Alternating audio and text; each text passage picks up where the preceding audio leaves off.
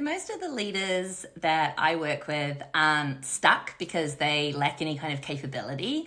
They're usually a bit stuck because something no longer feels aligned and they can't necessarily name why. You know, on paper, they're doing really well, but maybe internally second guessing kind of where they're at. They might feel vague when they talk about who they are, or the way that they're showing up doesn't quite match who they've become.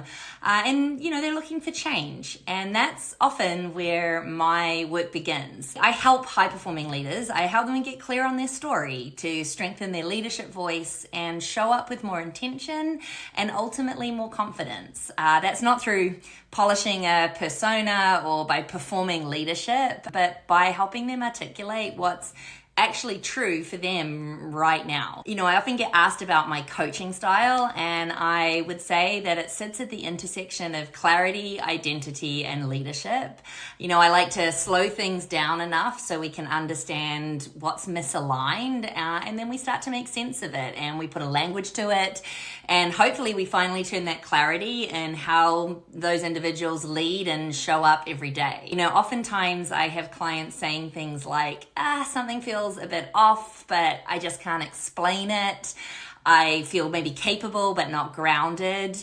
Or they know that they've evolved, but their story hasn't caught up with them yet. Or they may be just seeking a little bit of change. And that's where we start. We look at values, we look at patterns, energy, and behavior. And I often bring in tools like Luminous Spark, and that just helps me and my client see what's happening beneath the surface. But ultimately, the real work is helping you reconnect with your own self-trust, because that is just unbelievably important. From there, we clarify your story, the language you use, the voice you lead with, the way that you make decisions, and show up consistently. And what changes isn't necessarily just confidence. Ultimately, it's coherence, right?